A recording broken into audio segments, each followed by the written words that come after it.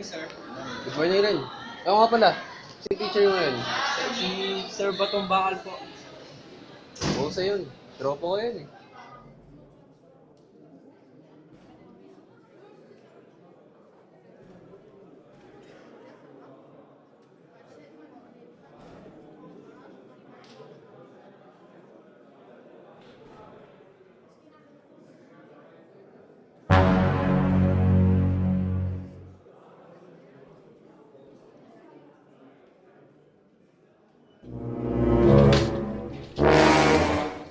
Ba't ka, boss yan? Ano ginagawa niyo dyan? Yung oras ngayon ah.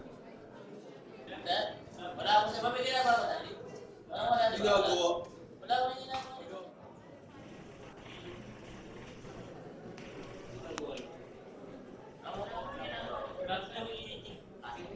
Nakita ko may pinapanood kayo eh. Wala sa lahat. Hindi na gano'n. Wala. Kaya sir, nag-off lang yan kanina sir. Ayos po yan. Ayos po yan kanina. Hindi na gano'n. Ako gumagamit yun eh. Ha? Pag di na gumagamit sa system unit, Naghanap po kanina sir.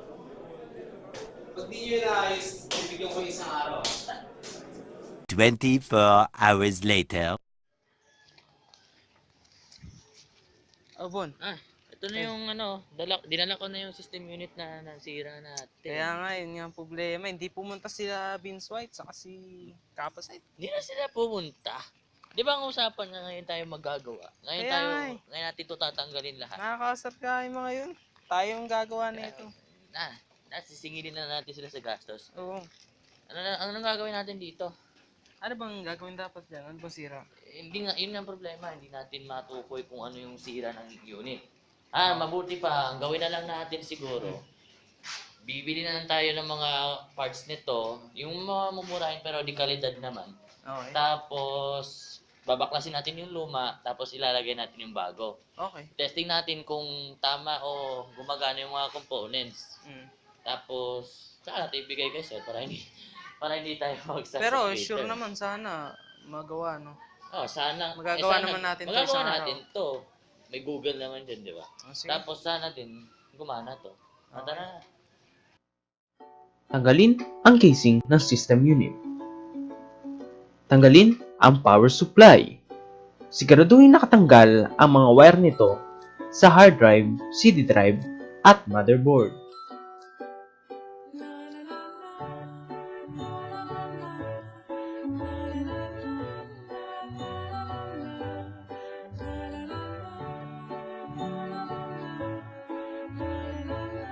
Isunod naman natin ang video card or graphics card.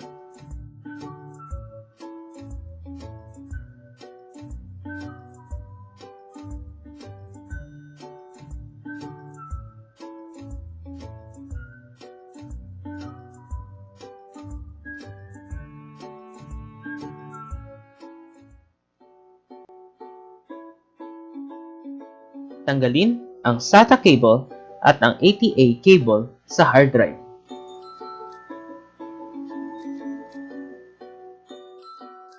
Pagkatapos tanggalin ang SATA cable at ang ATA cable, tanggalin naman natin ang hard drive.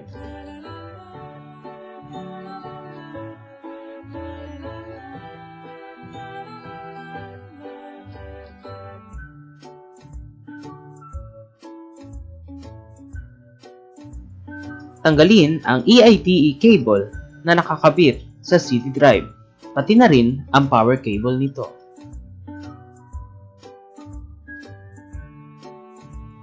Pagkatapos tanggalin ang EITE cable at ang power cable nito, tanggalin na mismo ang CD drive sa loob ng system unit.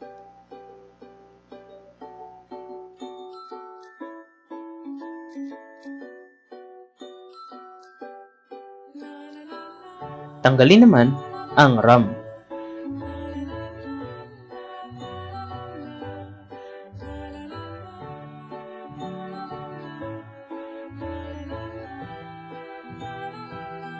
Tanggalin ang heatsink and fan ng CPU.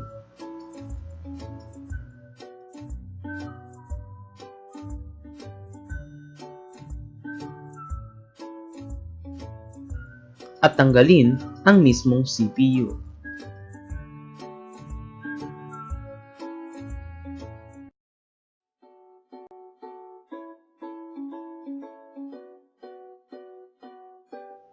Pagkatapos tanggalin ang lahat, tanggalin naman ang motherboard.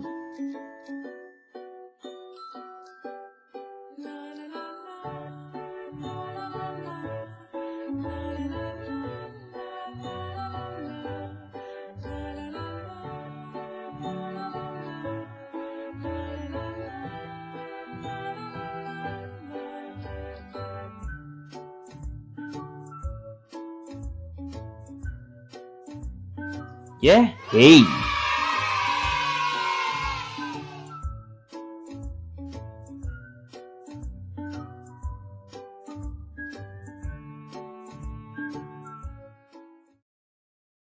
Sige, okay na to. Okay. Okay na, nice. Nice. Ang gawin na natin bukas, dali mo na lang yung mga bagong parts, tapos ikabit mo na lang. Ikabit na natin. Ha? Sige ba? Sige. 2,000 years later.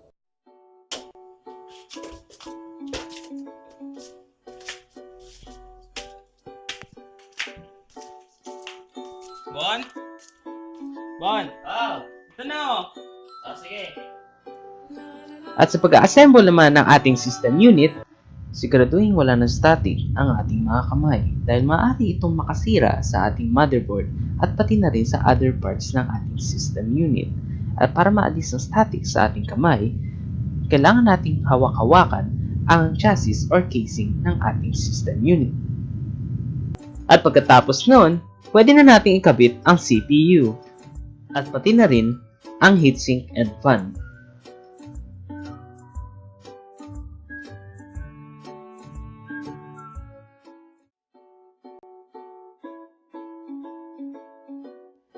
Ikabit naman ang RAM.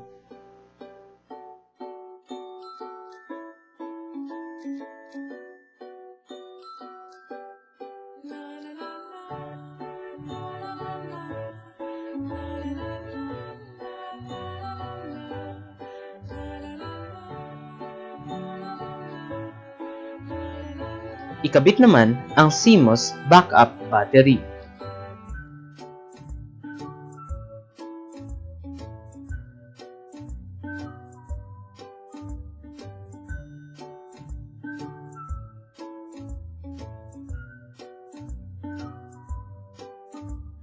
Pagkatapos ng pag-aayos sa motherboard, ilagay na ang motherboard sa loob ng casing ng ating system unit.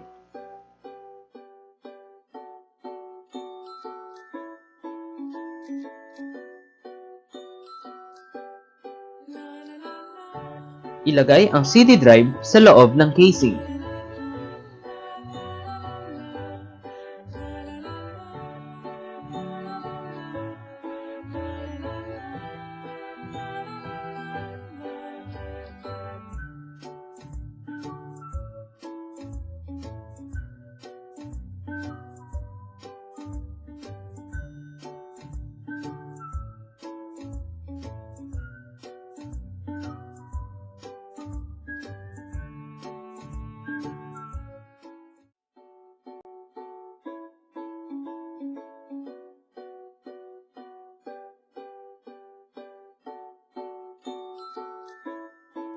Pagkatapos ilagay ang CD drive sa loob ng casing, isaksak naman ang EIDE cable at pati na rin ang power cable.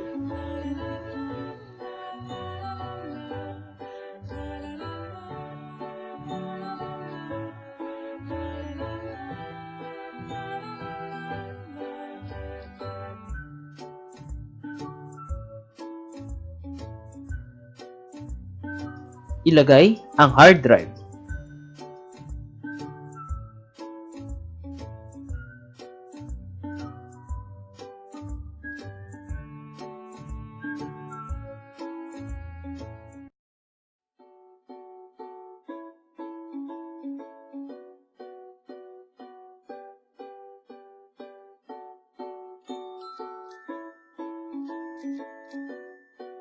Pagkatapos ilagay ang hard drive sa loob ng ating casing, isaksak naman ang SATA cable at pati na rin ang ATA cable.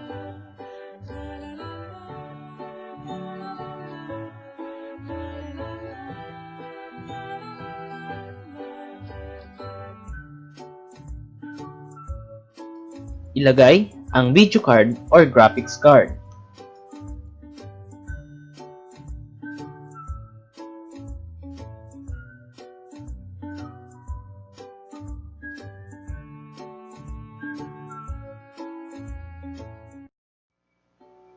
Ilagay naman ang power supply.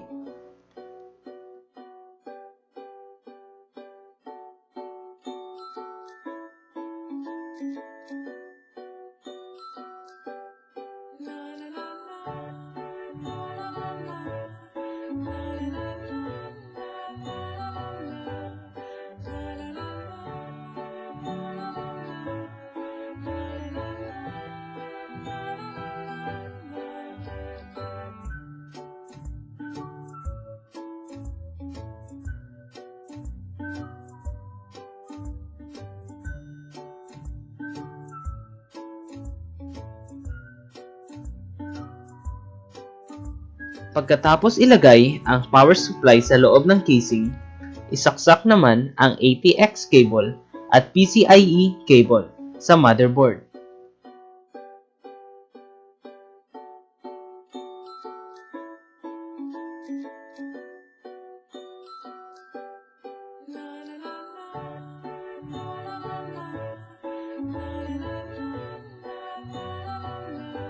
Pagkatapos nun, isaksak na lang ang iba pang power connectors sa fan, CD drive, at hard drive.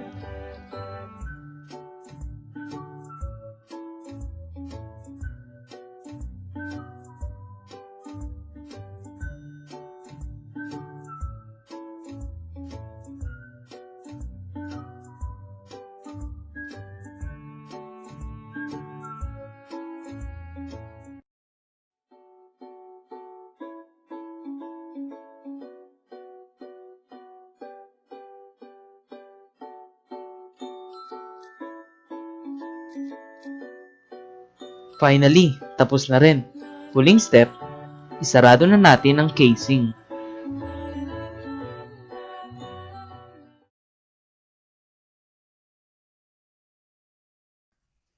Oh, JOCAS, tapos na? Okay na? Okay na po. Testing lang natin. Okay, kasi natin. Napalda mo yung mga piyesa. bago na Sige, lahat. tara. Yaman mo, pinag mo lahat ng piyesa.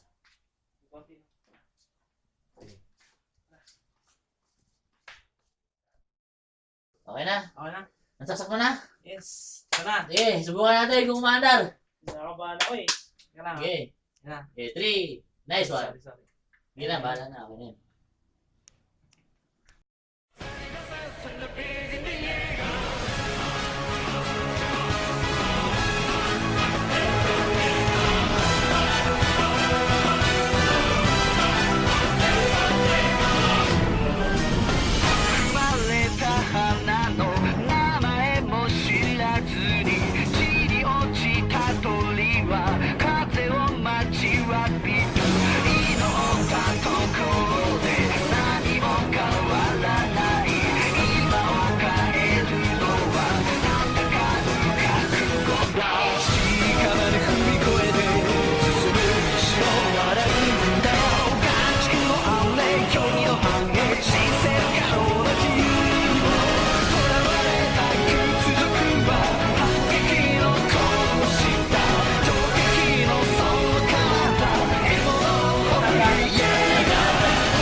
Yeah.